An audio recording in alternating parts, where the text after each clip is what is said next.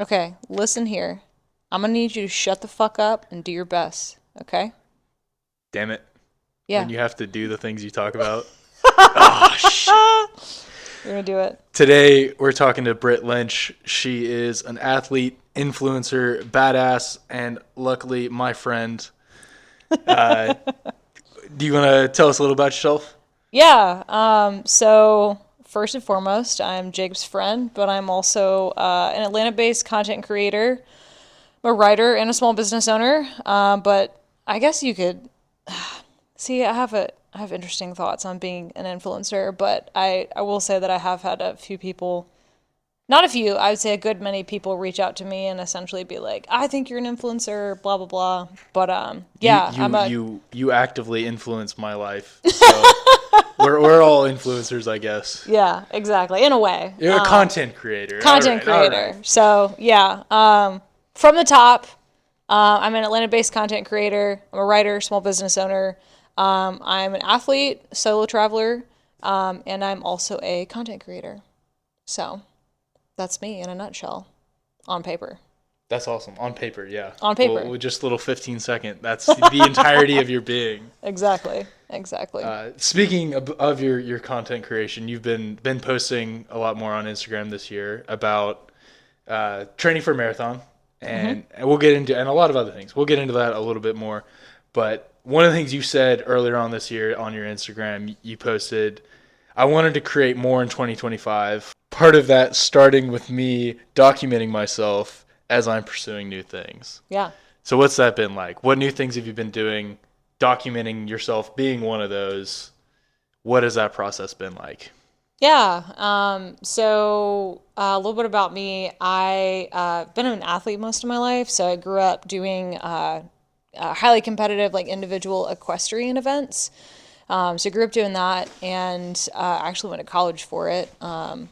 Long and short of that story is, was on a team environment for the first time in my life, and realized I was going to continue to be an athlete, whether or not I was on a team or by myself. But picked up distance running right out of college, just looking for something else to do, and kind of actually picked it up while I was in school. I ran my first half marathon while I was on the team in school.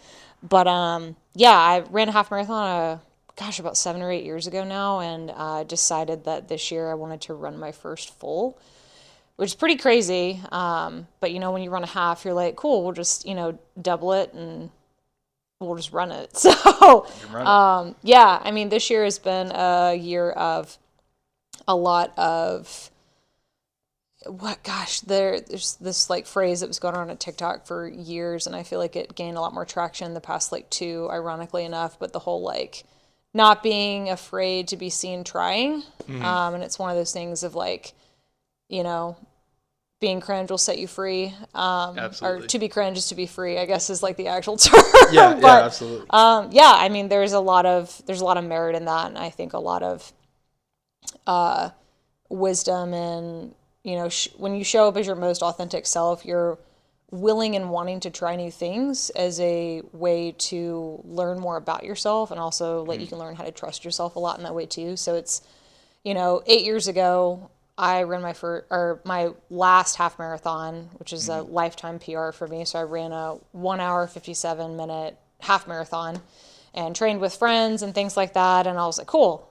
I don't know if I do a full ever, but like at least did that. That was pretty cool to run a sub two. And a lot of people, or not a lot of people, I would say like the average person might say like, oh man, like that's a lot of time between the last time you did it and like trying to get fit again to like do it again. But I was just like, I've never, been on the other side of a half marathon training block, and I know that I'll have to run one to do it again. Yeah. And so decided that this was the year that I was going to do that, and I wanted to do it different. And yeah, so that's one of the major new things. But content creation has been another, you could say, new thing. But what I will say is, what some people don't realize is that a lot of quote unquote new things are just things that people restart or try Mm-hmm. again, or try again for the fourth, fifth, sixth, however, whatever time it is. And a lot of people don't know that I actually started kind of playing around with content creation like back in 2020. I had like done social media for businesses and things like that, just kind of like helping people out for years. Was a full-time freelancer and was kind of playing with TikTok on the side. Like I did go viral a couple of times just for like kind of plugging away, like being consistent, that whole thing. And intentional content creation to like build a personal brand and like really try something new is just a version of me restarting what I wanted to do like 4 or 5 years ago. So I like that idea of it's not even completely starting something new. It's just taking it to the next level. You ran a half marathon. It'd been a long time yeah, since you ran that, but now not only are you getting back into running, you're kicking it up, and you're creating content about that, which you've already been. Most people have been posting on Instagram. Most people our age have been posting on Instagram. That is content creation. I think we got at this with the influencer joke a little earlier on, yeah, but like you influence me just in our in our relationships we talk, but we ran into a friend of yours once and she said that you were influencing her to get out running. yeah. So as we exist in community, we are influencers. Oh, Every yeah. relationship we have with anybody is one of influence. Yeah, 100%. And like a lot of times what people think is like, oh, like, well, because I don't, it doesn't look this way or it doesn't give off like a certain perception, it either doesn't count or it's like not the actual thing. Whereas like, yeah, I've technically been a content creator since, before 2020, but it kind of plays off the concept of, well, until I have this, I won't be ready and I won't be this thing. But really, it's if you reverse engineer that and you start acting like the thing that you eventually want to do or be, it's like if you act like it now, it's more of a like do, be, have. There's an actual term for it, and I'm like butchering it really terribly right now because we have mics and we're talking to each other in my apartment. But yeah, the whole concept of like if you start doing the thing, you position yourself to do something that you eventually want to do. You start acting like say for example, like one of my like childhood dreams was to, like write a book. Like as I think a fifth grader, I was like, I'm gonna write a book. Yeah. And shout out to Miss Petty in fucking fifth grade. It was just like, yeah, you better dedicate that book to me. But I started to think about like I already am a writer in a lot of ways. And at the same time, it's like, well, if I was an established writer today, what would I be doing so that I can reverse engineer already doing that, already being that, so that I can have those things create that. And that's what a lot of people like kind of forget. You can't wait around for the perfect time to like be something that you eventually want to have. Yeah. It's kind of the power of identity in what you want, figuring out what you want, deciding to be that. Kind of James Clear-esque idea. Oh of, yeah, you know, you 100%. want to stop smoking, don't go, I'm trying to stop smoking, go, I'm not a smoker. Yeah, Right? yeah, Go, or like, oh, I want to try to start running and I'm trying running. No, I'm a runner. yeah. I'm a writer. I'm a content creator. Yeah, like I tell people all the time, they're like, "Oh, like so like what are you doing?" Like, "Oh, like I'm a marathoner. Like I will run my first full marathon in December this year." And I tell people I'm like, "Yeah, like I'm a marathoner." Yeah. And like I have two great dudes in my life who like I one is my marathon coach and one is my lifting coach and they would back me up on that. I'd be like, "Yeah, you're out like you are a weightlifter, you lift weights. You're a Yep. marathoner, you run, you're training for a marathon." So, Yeah. And it's so easy to conflate claiming that identity with I'm doing this at the peak level of performance. Like we think that title is reserved for someone who's run 10 marathons and is training for an ultra, but nah, you're running a marathon. It's happening. yeah, So you're 100%. guess what? You're a marathoner. I Yes. think there's got to be two things happening there. It's that importance in our own heads. It does have to take it down a notch because we are like that title is reserved for the perfection of like I'm not a real pro or Yep. I woodwork professionally. I do carpentry, and when I talk to someone who does it as a hobby, I often hear that like, yeah, but I'm not a professional. But I see the work they do. Like they could do it professionally. Yeah. They just don't. Now there's lots of things to figure out of how to make that work as business, but the quality of their work they're diminishing. Which aside from that, whether or not you're getting it paid doesn't dictate the quality of your work. Yeah. 100%. All right. Another thing that you said this year, you can do anything, so why not build what you want? What are you building? What do you want to build? And what's that like identifying what you want to build and doing it? What's been like for you? Oof.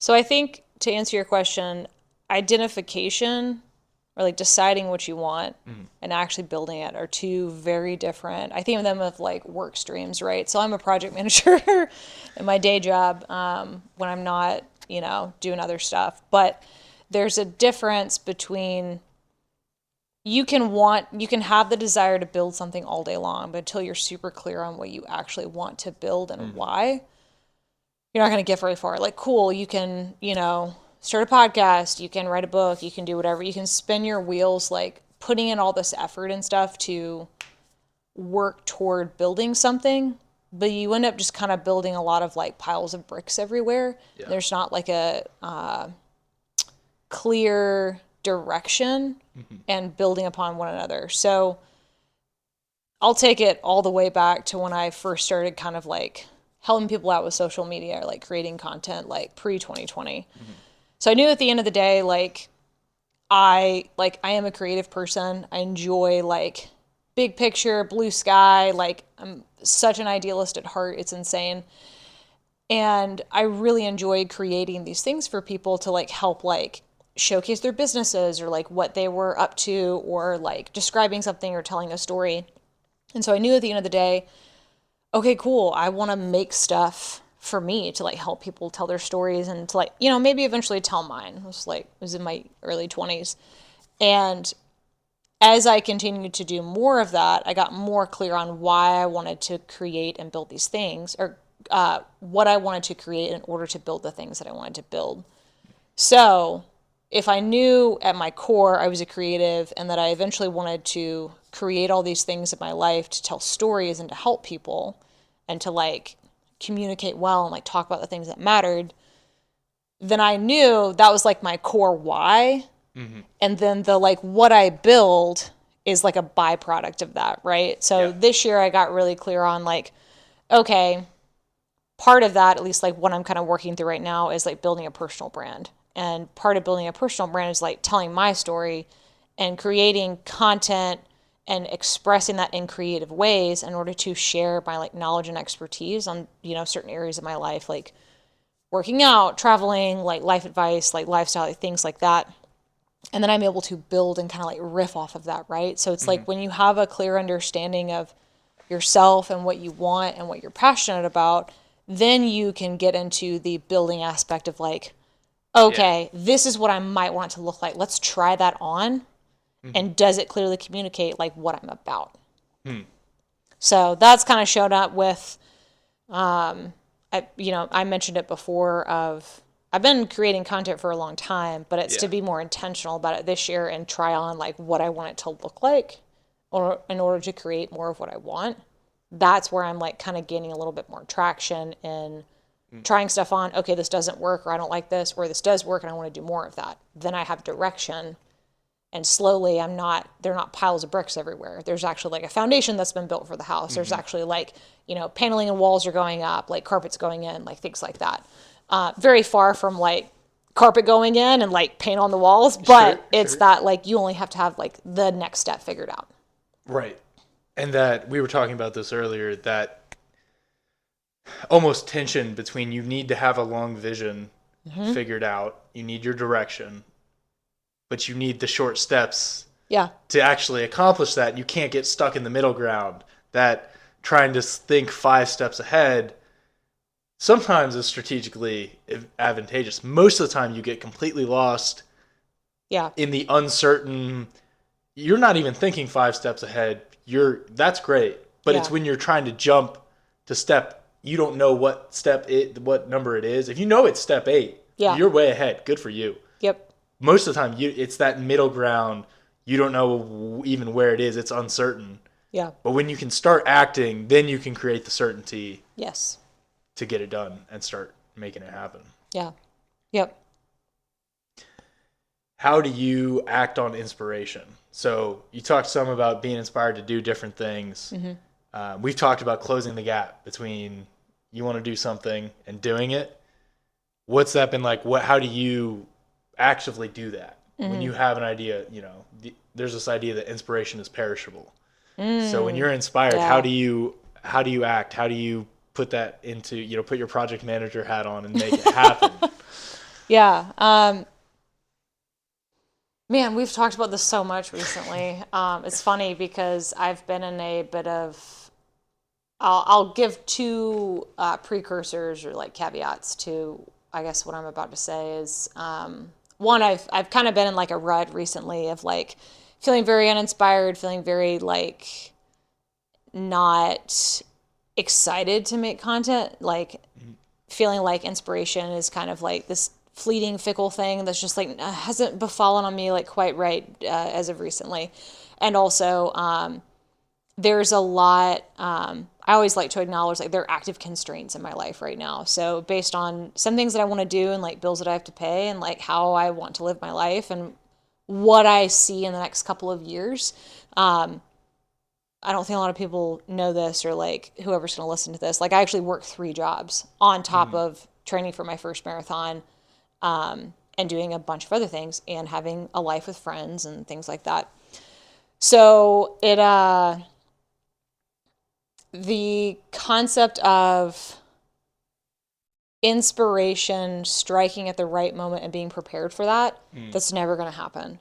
Yeah. It is never meant to happen that way. This romanticized view of being in the movies and like, oh, inspiration will like strike you like a beaming light on the perfect day that you're having and you'll be fully equipped to do it and have all the time and the money in the world and all of this. And it doesn't happen that way. And I think people romanticize it to the extent where they put all this pressure on inspiration being this thing that has to be perfect. And I love the phrase that you used of like inspiration expires, and it does. It's a very like timely thing in a sense that you are very active in seeking out inspiration in your life. And there are times when you get into, like call it flow state, call it whatever you will, where you're actively like in a place where you're moving and grooving and like really in step with yourself and very present, where you create the grounds for inspiration, right? So inspiration is something that is very powerful to me. It's something I like want in my life. And for me, what I've learned over the past couple of years is that if you live in alignment with yourself and you create space to seek out and have inspiration come to you, like it's kind of like a push and pull, like a yin and a yang, where like if you live in alignment with yourself and you create the space for it, you can kind of create this ecosystem where it is flowing. And also it is this fickle thing that happens where like you're not constantly going to feel inspired in your life. So you have to do active work to acknowledge constraints that you do have that keep you from feeling inspired, and also where you have to create constraint in order to act on inspiration when it happens. Yeah. So for me, as of recently, and like we've talked about this, of like I haven't been great about it recently, and I realized I've kind of been my own worst enemy about it. Of like, if I let more than 48 hours pass, it's gone. And so for me, I started to recognize like I'd have an idea and I have to act on it within 2 days. Yeah. And that's a trial and error, right? Like that's not a like catch-all hack that's going to work for everybody. It's not like James Clear. It's not like I can't build a book off that, but it's one of those things where for me, I acknowledge constraints. I do create space when I'm feeling uninspired, and I allow myself to rest in that and trust myself. And also, when inspiration strikes me, I do have healthy constraints that like create this pressure, like healthy pressure, to act on it, so that I don't lose it or that I don't lose an opportunity to like try something on, try something out, see if it works, see if it doesn't. Yeah. Because then you can get to a space where you don't do anything at all, which is even worse. Yeah. And I think that comes from some of the romanticizing you were talking about. Yes. Getting caught up in the romantic beam of light when I started writing my newsletter, the first day I did it was kind of like that. I got really, really lucky with that day. Yeah. I mean, it was perfect. I remember I texted you, I think I'm going to write a newsletter. And then, like, before you had time to respond, I sent you a link to my newsletter. Yeah. Yeah. I mean, overall, that day, I mean, I was riding high that day. It was perfect. But since then, there have been a lot of weeks where I'm like, I don't want to write today. Yeah. Could give a shit about this newsletter. And it does affect how I do it. It'll be a shorter newsletter. Yeah. I might not put it on my Instagram story because I might be like, that one's kind of a stinker. You know what? We're not going to publicize it. We're going to post it. Yeah. We're going to post it, but we're maybe not going to publicize it because that one's kind of a stinker. Yeah. But it's that consistency of a friend of mine said something the other day that just, like, don't romanticize the made up. And I think I'm a romantic person in the broader sense of life of, like, I want to romanticize my life. I want to romanticize the things in my life. Yeah. Kind of blue skies like you were talking about. But don't don't waste that on the hypothetical, on the perfectionism. Yeah. Because that shit isn't real. Yeah. And really, to me, that's not actually very romantic. What's romantic is the falling in love with the messiness of life. And the fact that the sky is not always blue, and that it rains like a bitch sometimes and pours down, and some days it's partly cloudy or what have you. Yeah. But still being in love with life anyways. That's more romantic to me, and that's even more in spirit with the idea of romanticism, in my opinion. Yeah. Over, just let me, like, gloss my eyes over and, like, not actually see things as they are. Yeah. Yeah. And I think romanticizing has a lot to do with manifesting to some extent, but, like, I'm not going to be, like, too woo-woo about this. We're gonna light some candles here and start. Technically, there's already one lit right now, but We'll go, yeah, get the crystals out. get the crystals out. We'll pull the charts. We'll do all the things. We'll look at the horoscopes. But the premise of what you're looking for is looking for you too. I think it harmonizes the duality between acting to create the things that you want and also looking, like, creating opportunity for it. So it's like, What's the difference? So the difference between acting on, like, doing something about it versus just romanticizing it, because you have to do both, right? So it's like, what people forget about, like, the concept of manifesting is, like, yes, like, girl, you can claim your rich life all day long, but if you do nothing for it, there's a lot you leave up to chance, and you lose a lot of your personal autonomy and agency. It's kind of the same idea of if you think you can do it, you're right, and if you think you can't do it, you're right. Yeah. And I've always disliked that for the most part. I'm like, maybe I can, and I just think I can't, or maybe I'm like, what if I'm being delusional? Because that's my greatest fear. Something along those lines of, like, what if I'm being delusional? And maybe it doesn't matter. I'm definitely not a being Delulu is the Salulu type of person, where you just need to believe that everything is cupcakes and fairies and it'll be fine. Yeah. But there is some middle ground of, like, there's a bunch of shit outside of your control, and having some belief or faith that it's going to be okay actually allows you to actually clear up your mind and focus on what you can control. Yeah, it's the concept of the, like, yes and versus yes but. Okay. Yeah. So something that what is really powerful about language is, specifically when you're talking about, like, creating a lot of change, trying something new, doing something different, like doing something for yourself, that feels, like, really big and bad and scary, and, like, oh, like, what if I don't? What if I do? What if it fails? Like, all these things come up, right? It's returning back to yes and instead of but this. So, like, yeah, I want to start freelancing again, and part of that is, like, working through content creation, and I could say, like, well, but this, or but this, and, like, cool, like, any kind of excuse or, like, sentiment that I would have after but is probably totally valid. I can guarantee 100%, like, totally valid. There's still excuses, and at the end of the day, like, they're still going to be there regardless of whether I try to do it or not. So it's better to be able to, it's better and more mindful as far as like training yourself to look for the things that you're wanting as a means of permission to actually continue to do it. So if I were to say like, oh yeah, like I really want to, build my freelancing business back again, which it is what I'm trying to do, is like, okay, by creating content, I can do this and it would help me further this. And it can help me do this. And it might help me do this. And. Because if I say but, then I'm just chopping myself off at the knees every time Yeah. I try to, muster up the action to do something about it versus just thinking about it.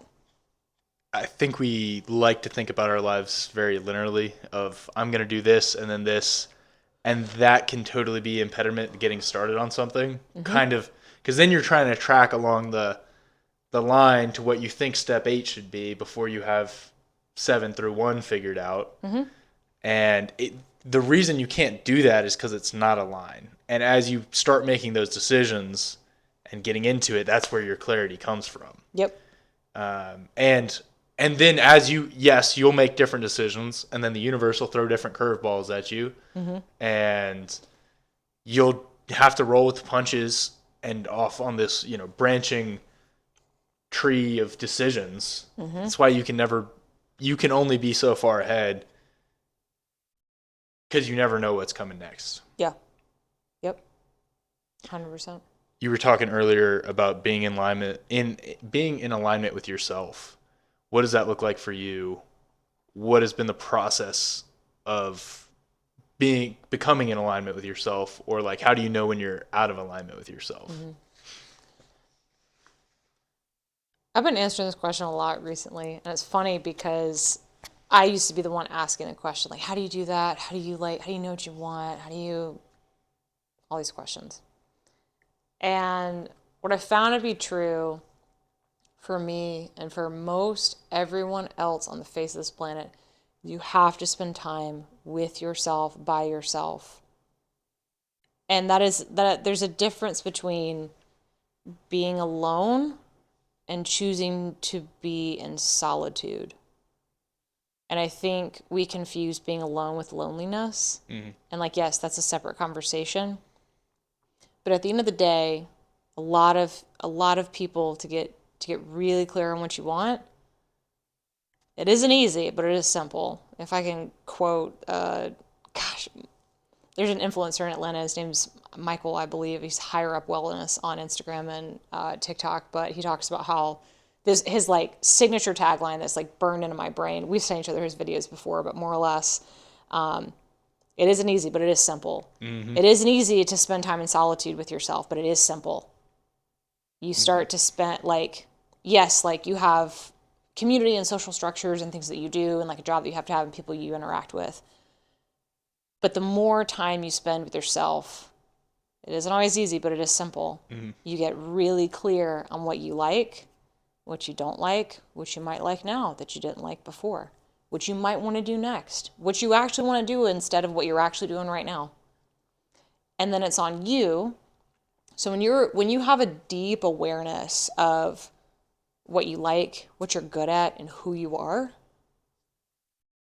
you suddenly have this vision, and it's like you start to see things that you can't unsee. Not to like say that you're in like a creepy dark house trying to avoid something, but you start to get really clear on, cool, this is what I would actually do in this scenario, and this is what I wouldn't. I would only do this thing that like is in alignment with like my values, what I'm good at, what I like, how I want to spend my time, what my purpose is, like what I see value in.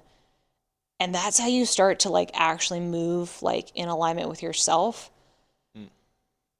So what it takes to get clear, spending time with yourself. Yeah. How you act in alignment with yourself is you deeply know yourself and you act forward on those things.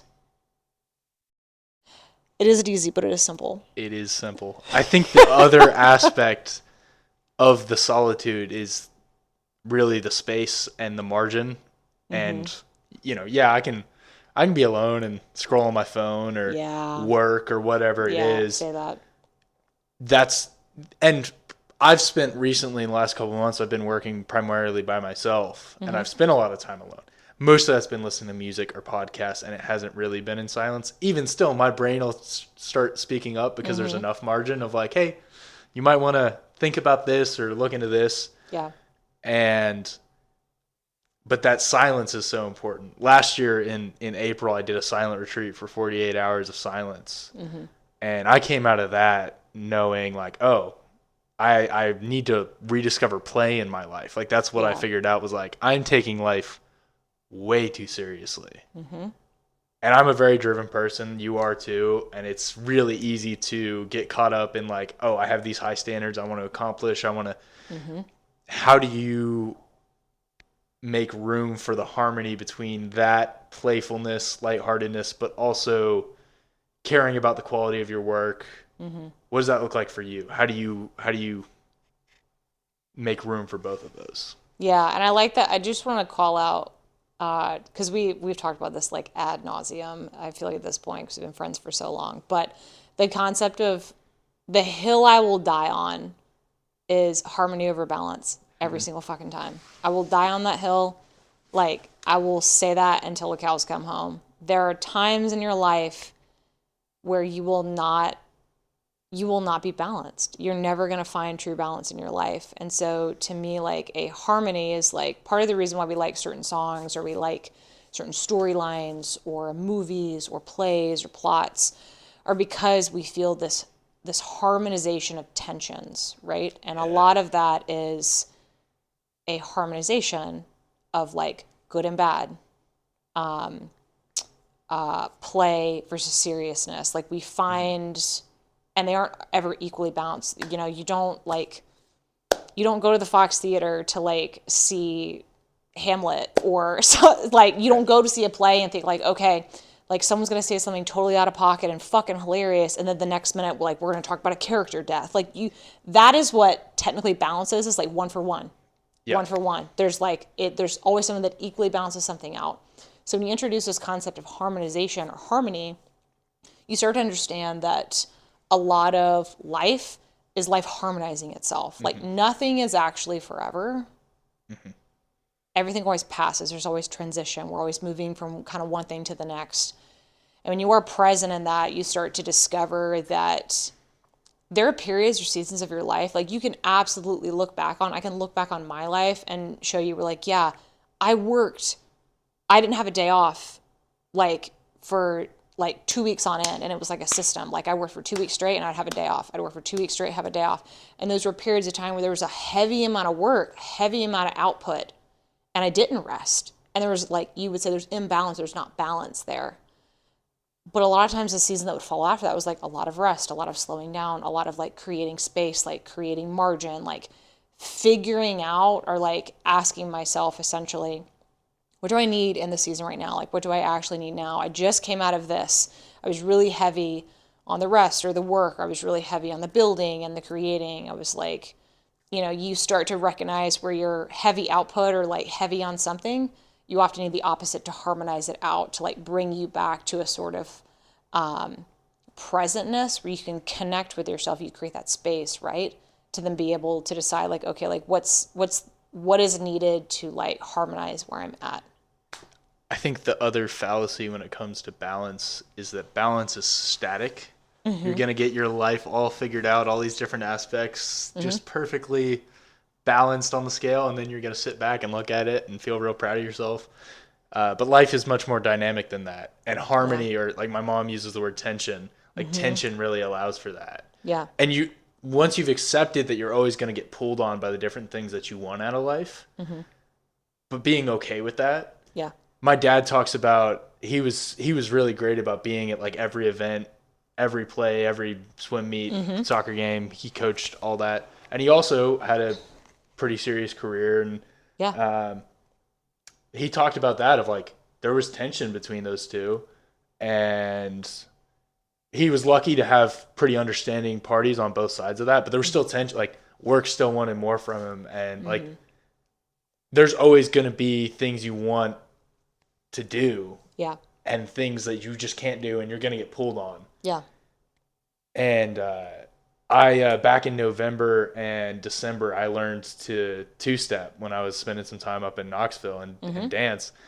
And one of the things that I learned very quickly was that now I'm still certainly not a good dancer, but what made when I was eight, as I fell into it and got better, what made me better was when I did mess up and make a misstep was the quicker I could let go of the feeling of being embarrassed that I had screwed up. It wasn't so much that my technical ability and my muscle memory did not improve that quickly, but what improved very quickly was my ability to forgive myself, and often Yeah. if someone else I was dancing with, if they messed up, we were just able to drop it together and keep moving. Yep. And that is much more dynamic and not perfect. Yeah. Definitely. Yeah, and a lot of times in those moments of like like you feel your life almost harmonizing in and of itself, like where you're getting to the end of like a long season, there's been a big push, or like you're getting into a season of rest and you're getting restless and you're wanting to do something, you're wanting to build something.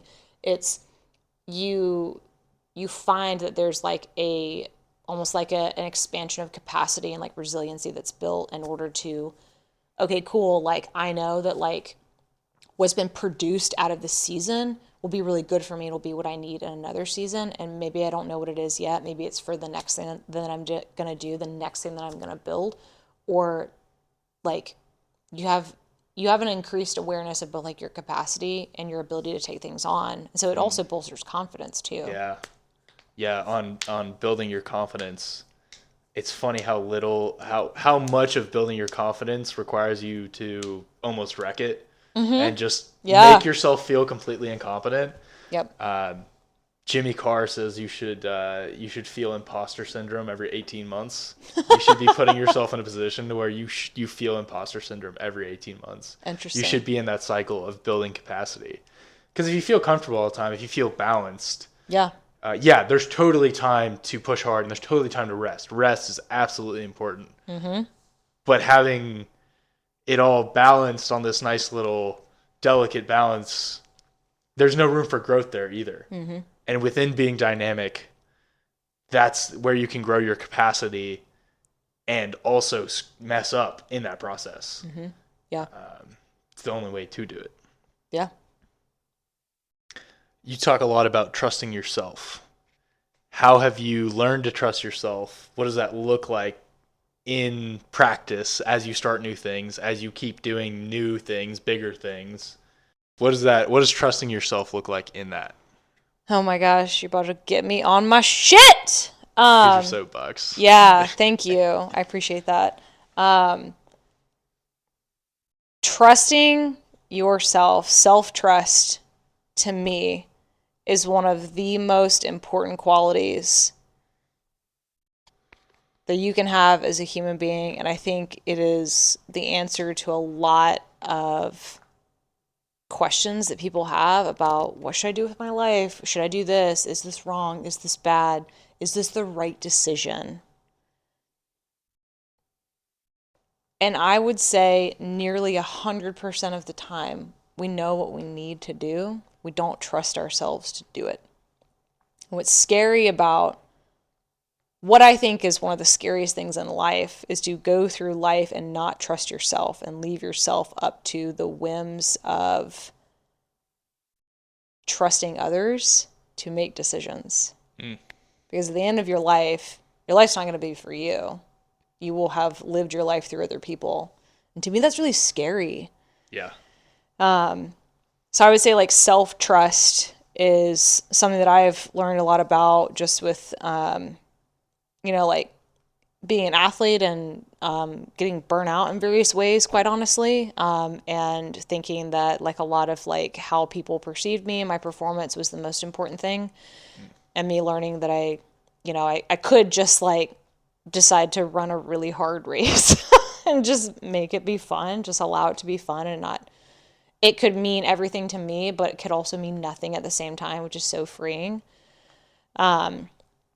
But to answer your question, I think trusting yourself, what that looks like is knowing that who you are and your inherent value as a human being remains intact no matter what I choose or no matter what I do. And part of that is acting in accordance with your values, like living a life in alignment with yourself and being okay with failing, or at least coming to a place of acknowledging that it happened. You know, how did that make me feel? What does that make me say or believe about myself? And do I believe that to be true? And then what do I learn from that? Because to me, at the end of the day, I really do believe that nearly 100% of our decisions could be made within the frame of, like, do I trust myself? Do I trust myself deeply in this moment to like make a decision that's best for, because when you trust yourself, you are doing your absolute best with what you have in the current moment that you are in, and that's all you can do. That is quite literally all you can do. And if you can confidently say that after you make a decision, I did the best with what I had, the skills that I had at the time, what I knew to be true, wherever I was, I made that best decision for me. That's trusting yourself. So if someone's trying to make a decision and they're new to this idea and they think, do I trust myself? What should they do if when they ask themselves that question, they think, oh, fuck, no, I don't? Yeah. How do they start building that? I would say for me, I started, I've always been big on asking for advice from people. And it used to, it was this facade around like I just couldn't make a decision because I couldn't trust myself. So I'd ask people. And I, something that I did to help build that trust within myself was to take the time pressure or the urgency off of a decision. So I would start to practice, and this I actually learned this from friends of mine who are just like very deeply secure in themselves. And I'd come to them in this like hurry and fury of everything, like, oh my God, I need to, what do you think I should do? And I'd like dump my purse out all over the floor in front of them, like, oh God, like what do I do? And I had these great friends in my life who very like calmly and like peacefully just like listen to me and like really hold what I had and all of my anxiety. And they would pose a question to me, well, like, if you didn't feel so pressed right now, what decision would you make? Or they would let me dump my purse out and I would ask them, what do you think I should do? And they'd be like, well, what do you actually think you should do first?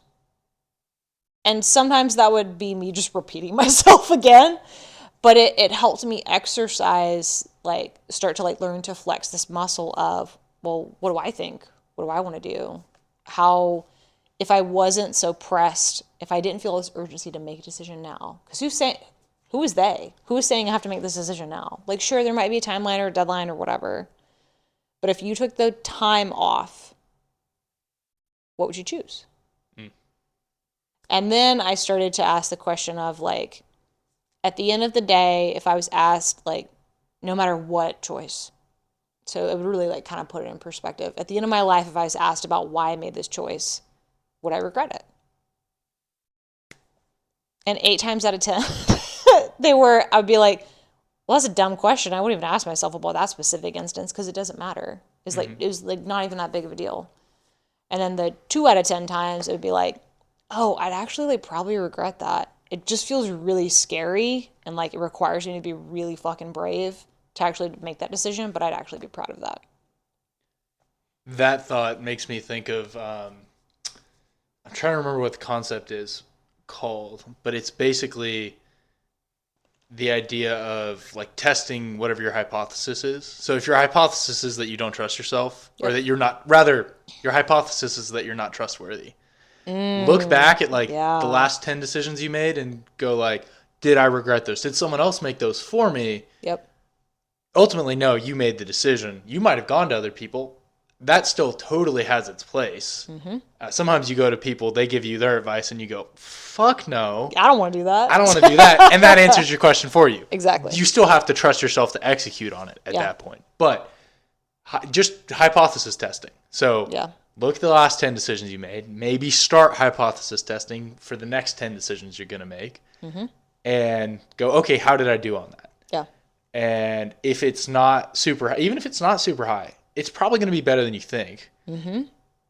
But if you still are like, oh dang, I need room for improvement, Mm-hmm. going back to your values, because that's the reason why you regret them, is because they're out of line with your values. Yep. Spending some time figuring out what your values are in silence, or there's worksheet, there's all sorts of stuff to help you figure out what do you value in life, Mm-hmm. and then getting back to, okay, now that I know what my values are, how have my decisions been in regards to those values even? Yeah. If maybe trusting yourself, do I regret it? If that's maybe too vague, Yeah. getting specific on values. Very Yeah. specific, Yeah. like, Did me making this decision just support my value of this? yeah. So like for me, like an example of this recently is like I set up some really hard boundaries with someone who like I just like chose to like close communication off with for a period of time. And I had to reach out to them to like have a conversation about something and picking something up and coordinating it. And I remember, calling you and I was like, oh my God, like, I was like, I think I ended up like framing up our conversation of like, hey, can you just like listen to me, like walk through what I should do about this? I don't know if I want advice yet, but I'm going to verbally walk through this and I just need someone to listen to me. And I walked through like, okay, I don't need to reach out to this person, but like there's an extent to which like I need to have a conversation with them.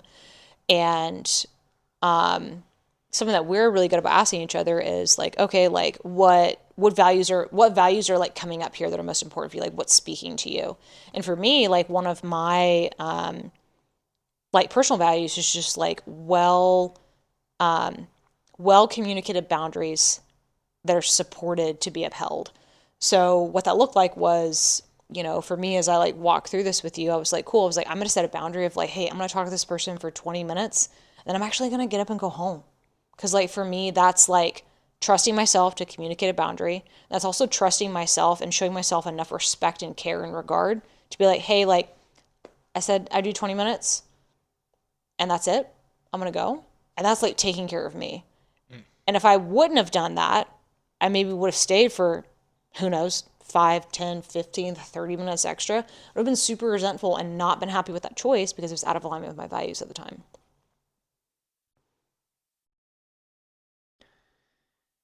I think speaking of values, as you weight different values differently, sometimes you'll be in a position where you value two things a lot, and it's going to Yeah. get really hard to like, but there's a trade-off there, and you've got to make it. Um, but realizing the more and more intentional I've become about, oh, I'm making this decision because and maybe I don't even know I can't justify logically which value I'm going to pick.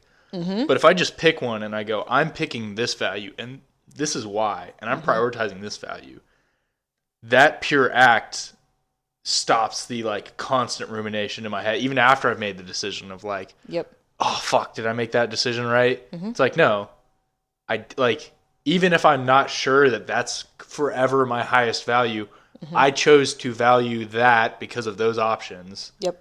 and that's what it is. Yeah.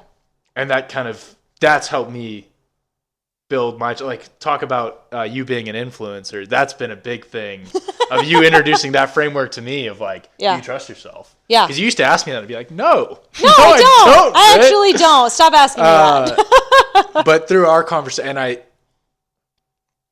I think it's important to have relationships with a lot of different people that have very different values, and you can't always expect them to cater to your values. Right. But I think something I really value about our friendship and a number of other friendships I have is being able to talk in lines of like, okay, what do you value here? And I think that is a really great way to have good influence on people.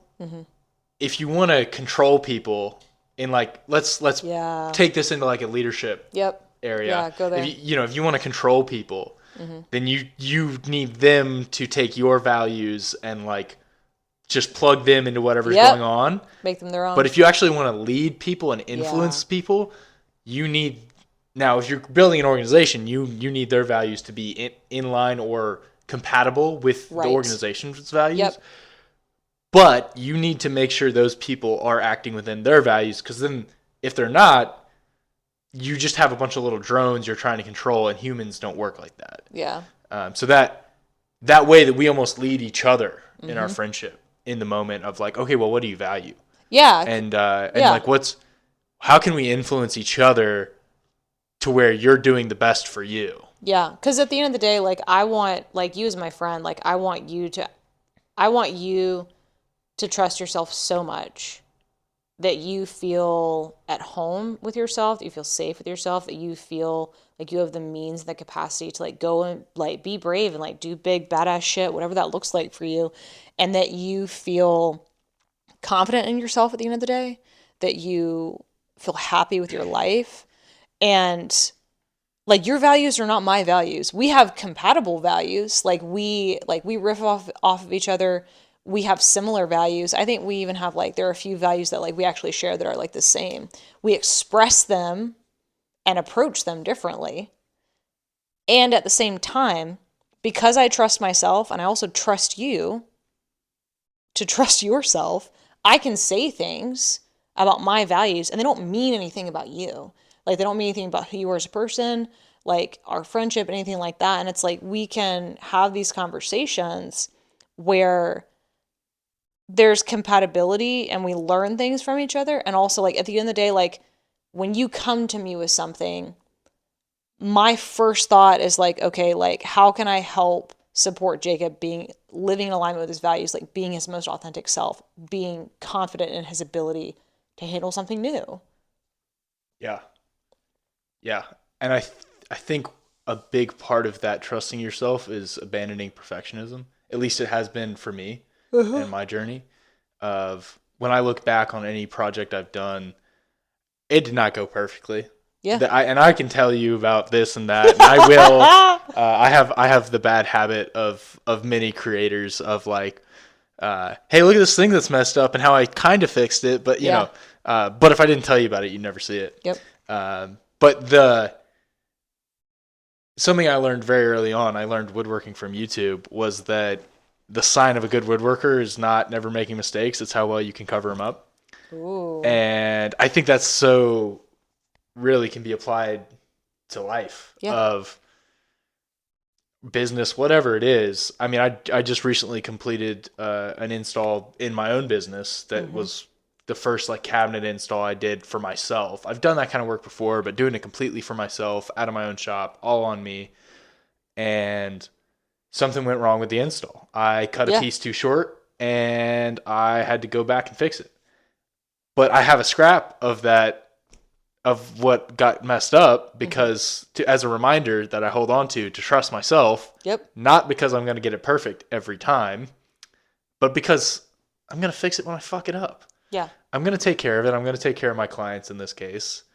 I'm going to do, they were understanding and it came back a week later, but if they were, if this was the work I used to do was very date dependent, Mm-hmm. I would have stayed up all night and made it happen, Yep. you know?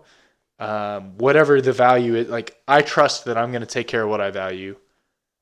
And once I started looking at things like this, Mm-hmm. it's kind of exponential in how quickly, at least the newbie gains are very strong with this kind of framework of like, Yeah. oh, once you start thinking about this and when you come from a place of not trusting yourself, it's quick. Once you start doing it, it Mm-hmm. snowballs fast. Yeah. And then to like tap back to like what we talked about earlier is like it just builds that resilience for like if you do mess up, if you do fuck up, if you do cut it too short, if you do like mess up an install, if you like screw it up in a major way, like bigger than like maybe you could have ever conceived, you kind of walk into the cave and you look at the dragon, and you're like, "Oh shit, you're pretty big. Okay, I guess I'll figure it out." Like it Yeah. it kind of becomes this like I don't want to make light of like or like gamify suffering or anything like that or like, if something like catastrophic happens to you, it's very different. And at the same time, instead of but, and at the same time, it creates this capacity that you're able to tap into Mm-hmm. that allows you to like you've got this deep well of trust that you can just like continue to pull out of when like stuff definitely goes sideways. The worst thing you've ever been through is the worst thing you've ever been through. Yeah. Exactly. Mm.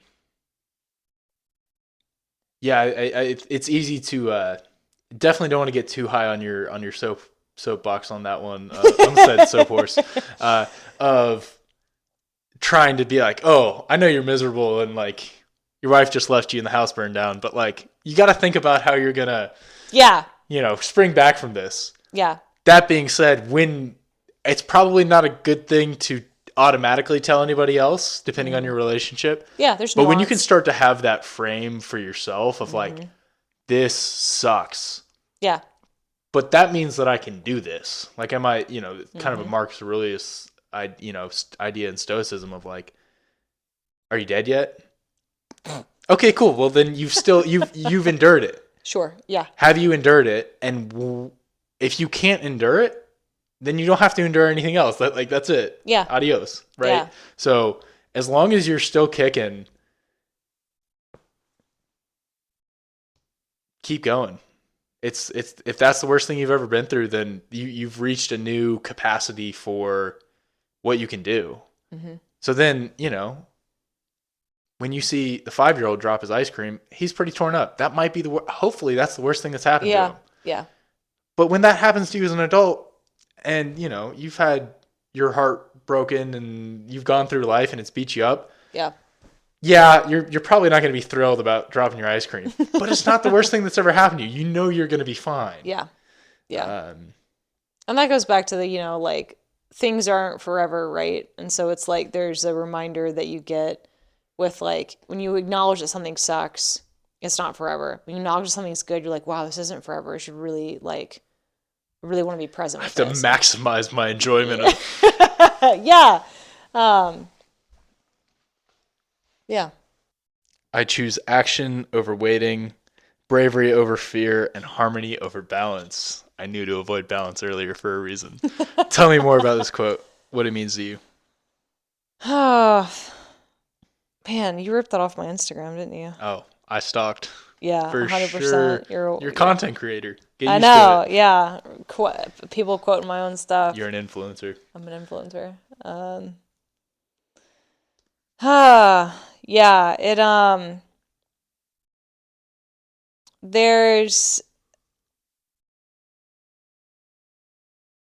there's a degree to which like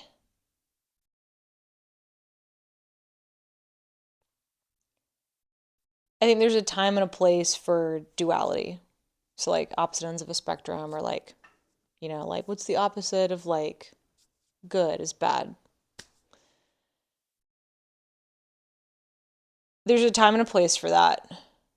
And I think where this dimension gets added to your life in terms of like fullness, experience, like what you're able to see and understand and like better conceptualize and like live into is the concept of nuance.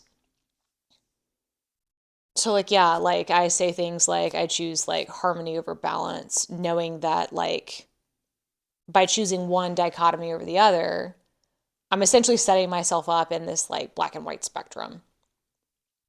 But at the end of the day, it turns into a conversation around, well, like, what do I need right now in this specific moment?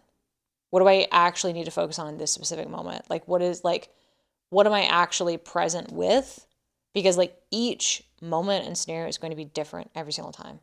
There's not going to be, and like I'm a queen of systems. Like, James Clear is like, we fail to the level of our systems. Like if you do not build an environment that is conducive to the life you want to create, you're not going to naturally start to progress toward the life you want to create. So yes, while I'm a queen of a system, I'm a project manager for a living. I love planning things out. Like I plan my life a year in advance. I love doing that stuff. Nuts. There is a ton of nuance that comes with every scenario that will ever happen in my life. I cannot out predicting life being life. Like the only constant in life is change. And I used to hate it when, people would say that to me, and it was often a lot of like yoga teachers that I was friends with years ago, but it's true. The only constant in life is change. And there's nuance that you have to be able to hold in every area of life because you're not ever going to be faced with making the same decision, every time you have to like look for a new apartment, every time you like go on a date with someone, every time you consider a new job, every time you take on a new project, every time you decide to quit something. Like it's not ever going to be the same decision. And so there's a degree to which certain dichotomies I'm pretty like hard and fast about of like, yeah, like to me, harmony over balance is like what I'm always going to choose, because there are seasons where like I'm absolutely going to push past the limit. I'm going to push past like what I know to be capable of, so that I create space for more nuance and things to happen because of that. I don't know if I really fully answered your question, but I think I did. Tell me if I missed something. No, I think that gets at I think that gets at the core of who you are, and that's really what the question was about. So I think you answered that very well. Yeah. On the nuance versus picking kind of making a stand side at a certain point. Yeah. The bravery over fear. It's like that's drawn into a dichotomy, but really those exist so tightly together Yeah. of like I'm shitting my pants right now, but I'm doing it anyways. Yeah. And that's where the bravery doesn't exist without fear. Right. In that case Yeah. of that. But you are going to choose the brave. You have both of them. Yeah. You're going to choose to lean into and energize the bravery. Yeah. And not the fear. And that might be the same feeling in your body. The idea of like anxiety and excitement Yeah. are really the same feeling in your body. Yeah. Something that I both admire about you and a lot of content creators that I tend to listen to, and authors and people who I can get down with their thoughts, are people who have the ability to acknowledge the nuance, see that it's out there, briefly acknowledge that it exists, and still make a stand. Yeah. The common criticism of people who can acknowledge nuance is just that they're spineless. I mean, you don't trust yourself. That is kind of the case. Sure. Of you can see all these different sides, and well, who am I to say? But there's a time and a place to be like, okay, I can see all these different sides of like, I can see where this person is coming from, and I can see where that person is coming from. But here's what I'm gonna do. Here's what I believe. Mm-hmm. Here's what I'm gonna pull out of all that nuance and mess what I value. Yep. And this kind of comes back to leadership of like that. I think that is what makes a very capable leader. Mm-hmm. A lot of times when people have that conversation, it's about like being a business leader, and actually how can you just use these ideas to maximize shareholder profit, of course. Yeah. Shareholder value, baby. Yep. But really, I think we're leaders in a lot of areas of our lives, whether that's family or friends or to yourself. Mm-hmm. Of like, you've got to lead yourself. Yeah. And you've got to lead yourself through the nuance. And if you just, leaders I've worked for or people I've had friendships with who don't have the ability to sort through that nuance and acknowledge it, Mm-hmm. you don't want to get lost in the weeds, but be able to acknowledge, okay, yeah, this is messy, Mm-hmm. but here's what we're going to do. Yeah. Acknowledge and take action. And kind of coming back to the values thing of like, I've started making those decisions even on the work side of like, I'm valuing getting this project done over getting it perfect. Mm-hmm. Although the decision I'm using that to overcome probably didn't actually dictate the perfection or the quality of the work. Because as soon as I got going, I still care about quality and I'm still going to get it done right. But it gets me going, it gets me moving. Those are the ways I'm able to lead myself through the nuance of checking in. What do I value? How do I trust myself? How can I get started on doing this thing that I'm not sure about? I don't have it all figured out. Mm-hmm. There's nuance that I don't even know about yet. Mm-hmm. But I'm going to get started. I'm going to start doing it. And that action is going to create the clarity. I'm going to trust myself to figure out what's next. I don't know, but I'm going to trust myself. Yeah. And the person who's ahead of you, so to say, like doing the thing that you want to do, or, you know, writing the book that you wanted to write, or having the conversation that you wanted to have, they're only ahead of you because they chose action over inaction, and they trust themselves to figure out the next step. So the only thing that they have figured out is the next step, and that's it. So it's like walking up the stairs in the dark, right, with like a flashlight on your phone. You cannot see the top of the staircase. You know where the staircase is going, though.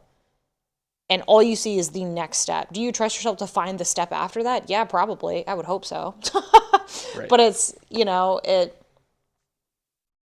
people ahead of you only have the next 1 or 2 steps figured out. And when you start to think about that, you start to realize that, like, hey, yo, everyone's a first time human just like you. And they're just taking the next step and figuring and trusting themselves to figure out the step after that. That's it. Yeah.